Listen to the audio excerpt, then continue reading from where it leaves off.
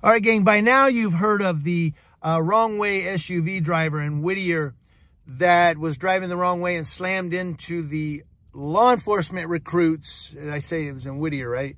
And injuring 25 of them. They said one of them has cranial bleeding and is in critical condition. Now, Sheriff Alex Villanueva, who's about to be former Sheriff Alex Villanueva, was at a press conference in Orange County where the recruits from the Stars Academy were taken, and is saying that it was an intentional act, that he believes it was intentional, that this guy going about 20 to 30 miles an hour intended to run right into them and try to injure or kill them.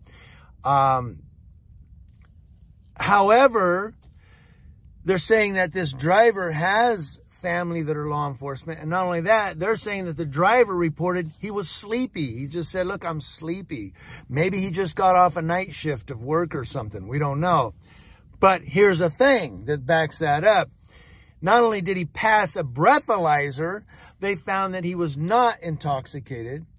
And also, even though they found marijuana in his vehicle, now because they found marijuana, they're going to try to see if he had if he was under the influence of some type of substance.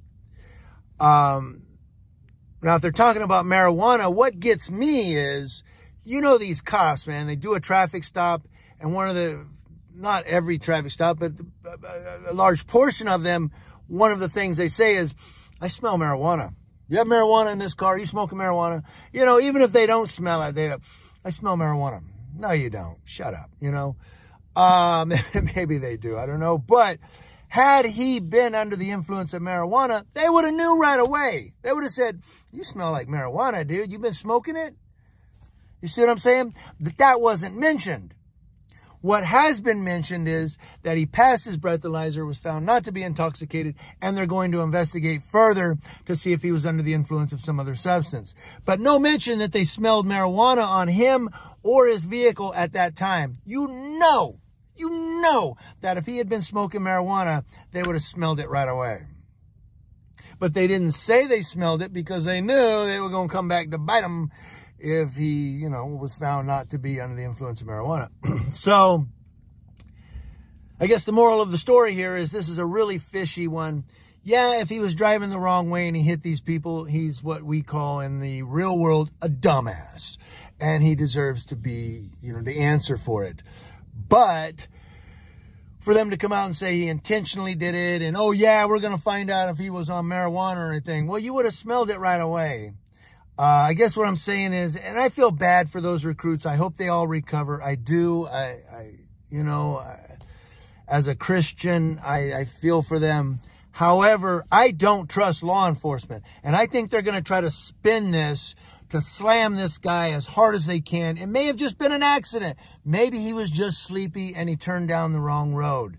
You never know. Maybe he just worked a double shift on something, construction or something.